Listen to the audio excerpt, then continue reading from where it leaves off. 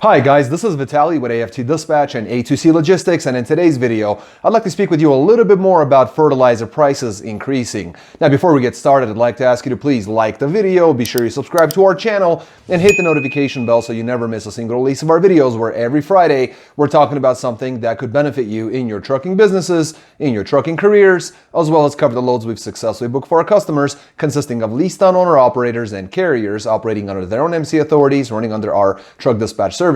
As always, guys, big thank you for all the likes you've provided in all the previous videos. Please do keep them coming, and let's talk about these fertilizer prices. Now, those of you guys who follow our channel, last week we published a video that touched on fertilizer prices, on urea, and the effects that's having on our trucking industry with the shortages that it's creating with DEF fluid, and as well as we mentioned, the urea is also being used in fertilizers. And so in today's video, I did a little bit more research, and it turns out to be that there's actually kind of a system-wide problem, and I'd like to explore that with you guys. Now, I know that this may seem like it's not actually affecting the trucking industry, but it actually is, because what's going to happen is that food prices will increase and there will be shortages in that DEF fluid that we were talking about. And that video generated a lot of views. It generated a lot of comments. There's definitely some very interesting stuff that was talked about there. But here's the thing. What we're seeing right now is that nitrogen demand is actually on the climb, and while the demand is up, production is actually down. So that's creating a problem. Now, we've talked about urea in last week's video, but there's also an issue with potash. That's also increasing, and they're expecting it to continue to climb in price. In fact, urea by itself is increased by 33% in terms of prices. Furthermore, there's another ingredient called Anhydrous, and that's gone up by 30%. There's a fertilizer called UAN32. It's a fertilizer that's also, funnily enough, is up currently by 32% as of November. And here's another tip. So 7 out of 8 of the fertilizers have spiked in price. We're talking 7 out of 8. So the vast majority have gone up in price, and all of them are being used for food production in today's world. Furthermore, this is going to be a direct effect on the transportation as well as the agriculture industries. And currently what's going on is that farmers are asking the DOJ, the Department of Justice, to investigate the spike prices, because the question is there market manipulation happening to raise these prices? Because at the end of the day, there are people out there in the background making money in the commodity markets, and this is affecting the commodity markets and making prices go up.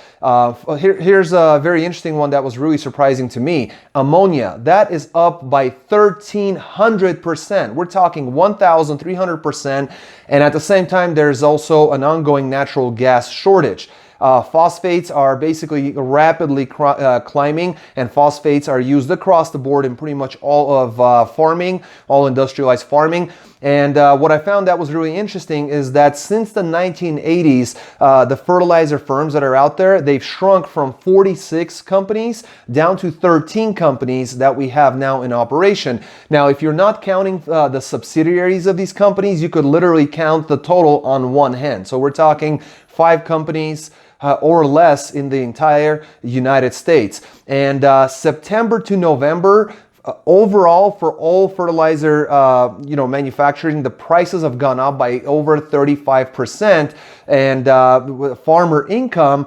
has increased by 23.2% year over year. And no complaints there. I think farmers are some of the hardest working folks out there, right there alongside with truck drivers. And so that increase in pay, profitability is certainly well deserved, well earned. And they're the ones who are also asking the DOJ to do an investigation. Now, Global Food Price Index, what they refer to as the FAO index. If of interest, take a look at that. The global food price index is up by 27.3%. That, guys, is going to affect every single one of us. Okay, prices for food are increasing. They will continue to increase. And in closing, I will say this: the CEO of CF Industries, one of the largest fertilizer manufacturers in the world, basically quoted as saying that, you know, we are looking at a possibility of famine. Now, I don't know if he's trying to scare people. Maybe that's what it is. But, you know, why would he do that, right? How does that affect them? And but they're just saying that there are definitely yield declines. They're referring to yield declines in terms of the crop yields that we're getting, and they're expecting those to go into 2023 with some expectations of going all the way through to 2027. So guys, hopefully you can stock up on food. We've talked in the last video about stocking up on DEF fluid. Make sure you take care of yourself, take care of yours, your family. Make sure you got everything that you need to get through for what looks like difficult times that are coming up. Guys, leave your comments in the comment section below. Would love to hear your take on all of this and what you're seeing out there across the country. What kind of freight are you moving around? And I'm going to switch over to camera. We're going to look over the loads we book for our customers. Make sure you hit that like button. Make sure you subscribe to the channel. And I'm going to switch over to camera and talk to you guys in just a moment. Welcome back, guys. Let's take a look at some of these loads. I'm going to start off with a vented van. Now this one, I want to start off with this one because to me, it's absolutely mind-blowing, and I think you'll like this one. They did a super local run out of Aurora, Colorado to Aurora, Colorado. Very light load, 7,500 pounds of FAK. When I say local, I mean local. It was only 3 miles, and guess how much we booked it at?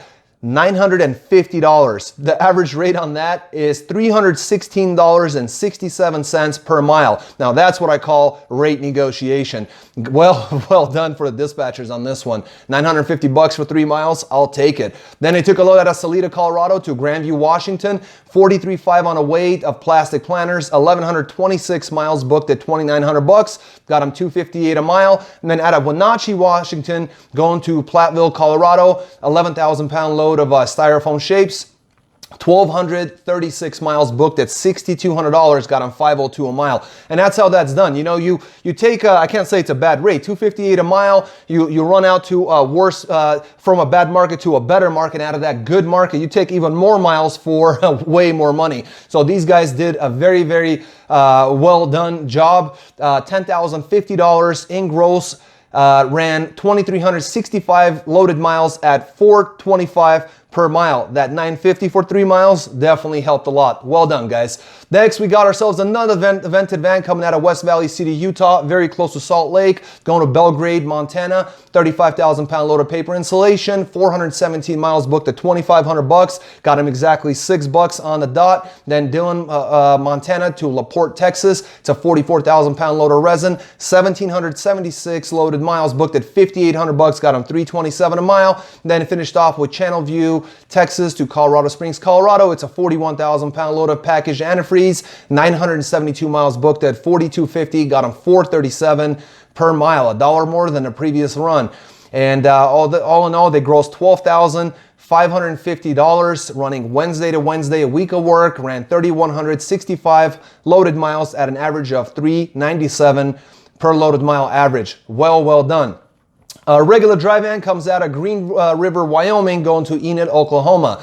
45.5 on a weight of palletized sodium bicarbonate, 922 miles booked at $5,100. Got him $553 a mile. Then Ames, Oklahoma to Apache, Oklahoma. Real quick local run, 45,000 pound load of mung beans, 118 miles booked at $750. Got him $636 a mile. Then Memphis, Texas to Akron, Colorado. That's a 45,000 pound load of peanuts, 474 miles booked at $1,900. Got him $401 per mile. They finished off with Fort Collins, Colorado to Miles City, Montana. 43,000 pound load of dry food product, 457 miles booked at $2,300. Got them $503 per mile. These guys ran Friday to Friday, grossed $10,050 in gross, ran 1,971 loaded miles at an average of $510 per loaded mile average. Very well done. Finally, we got ourselves a reefer. Getting to our reefers here. Did very well with a 1-pig 4-dropper out of Nevada, Iowa, going to North Little Rock, Arkansas, Sewanee, Georgia, and a final in Oakwood, Georgia. It's 31.4 on the weight of frozen pork, running -10 on a reefer.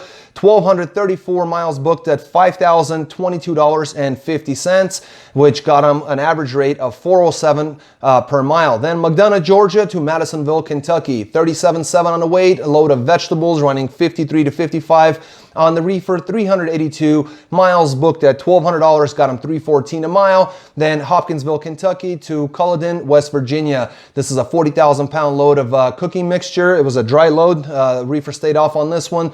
357 miles booked at $25.35. That's $710 per mile average. They finished off with Parkersburg, West Virginia, going to Statesville, North Carolina. This is a 41.5 on the weight load of pigments for coloring, running 60 degrees, protect from freeze kind of a load. 302 miles booked at $2,100, got them $695 a mile. And these guys ran Friday to Friday, grossed a total of $10,857.50.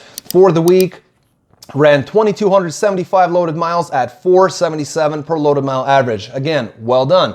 And we're going to finish off with another vented van coming out of Austin, Indiana, with a 1-pick 3-dropper going to Mountain Home, Arkansas, Bethel Heights, Arkansas, and a final in Van Buren, Arkansas. Not a long run, 42,000-pound load of garbanzo beans, 696 miles booked at $3,100, got them $445 a mile. Then Fort Smith, Arkansas to Milan, Missouri, or Milan, Missouri, 40,000-pound load of finished goods, 417 miles booked at $1,600, got them $384 a mile. Then Ottumwa, Iowa to Rolla, Missouri, 44,000-pound load of general goods, 248 miles booked at $1,500, got them $605 a mile. And they finished off strong with St. Louis, Missouri to Alta Vista, Virginia. It's a 38,000-pound load of dry food products, 735 miles booked at $3,900, got them $531 per mile. These guys did just as well as anybody else. Total gross of $10,100, ran 2,096 loaded miles at an average of $482 per loaded mile average. So as you can see, guys,